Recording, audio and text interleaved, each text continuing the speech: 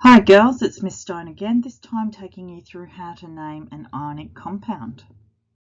Let's just run through some rules first. The positive ions, which are the cations, are always named first.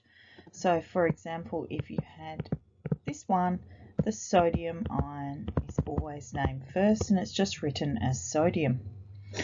If the positive ion has a multiple valence, then you need to include the valence. So for example, you could have ion 2 or iron 3, and we write the valence as a Roman numeral. Or you could have lead 2 or lead 4. Notice it's written as a Roman numeral.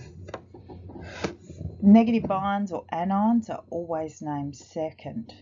So if it's a monatomic, the suffix becomes "ide". So sulfur becomes sulfide.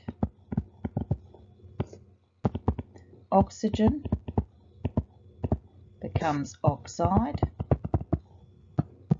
Nitrogen becomes nitride. Chlorine becomes chloride. Bromine becomes bromide. You get the idea. If it's a polyatomic, it is the name of an ion. So polyatomic means many atoms in an ion. So for example, if you had CO3, 2 negative, it's a carbonate. So if it's got CO3 in it, it's a carbonate. If it had SO4 in it, it's a sulfate.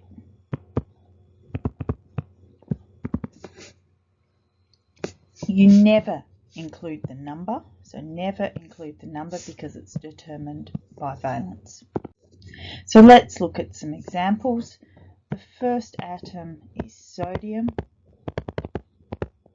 The second one is chlorine, which becomes chloride. The first atom here is calcium. The second one is chlorine, so it becomes chloride. And we don't do anything with that number because it's determined by valence. In this case, the first one is calcium. The second grouping is a polyatomic grouping called carbonate, so it just becomes calcium carbonate.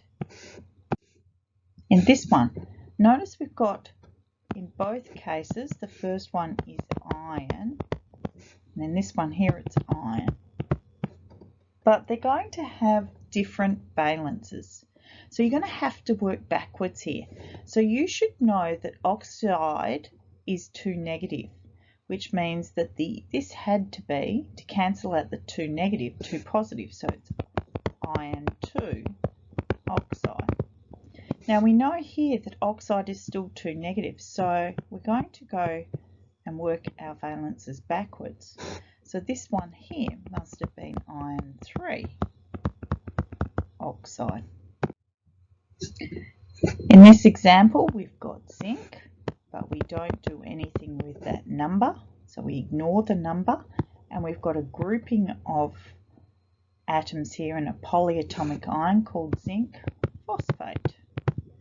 Don't do anything with the number. Remember, they're determined by valence. This one here, sodium. We've got a group here that you should know as sulfite. Remember, we don't include the numbers because it's determined by valence. So you need to try some yourself. Go to the OneNote, Chemistry, Bonding, Naming Ionic Compounds. Good luck.